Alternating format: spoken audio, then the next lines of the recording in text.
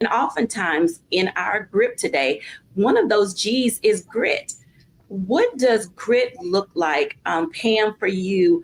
The grit, the grind, and the grace, all three of them somewhat have to merge together in order for us to even say, I want to stay in this entrepreneurship game. And so, what are some tips that you would give our audience associated with being able to marry the G's together to be successful and sustainable? The three G's. So really grit. And I think I've shared this with you before, Dr. Jackie, is that if you don't love what you are doing out there in your entrepreneurial journey, the grit is just it's just not going to work, because you have to believe in what you are out doing in your life. So for me, financial planning and wealth management is really all about educating people about where their money is. So every day I get up, it's like, who do I need to talk to?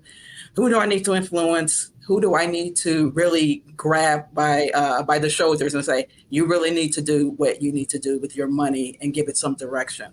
So if I wasn't passionate about what I do every day, it's just not going to work in terms of entrepreneurs. So that's really the first tip.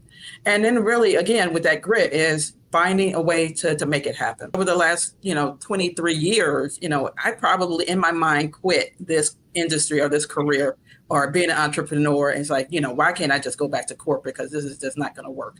But again, it was that mission. It was that if I'm not there, who is going to be out here educating people about their money and getting them where they need to go? So really having that passion keeps you going on a day-to-day basis. And then, of course, giving yourself some grace as you go through. You're not going to have all of the pieces as you go through entrepreneurship. There will be failures. There will be fits and starts. There will be everything thrown at you. But really giving yourself some grace as you're learning. It's like, okay, if that didn't work, maybe I'll do something else in terms of, let's say, for example, a marketing strategy. That didn't work. Let's go in a different direction. So give yourself some grace. If you're not passionate about it, that's where that grit comes from.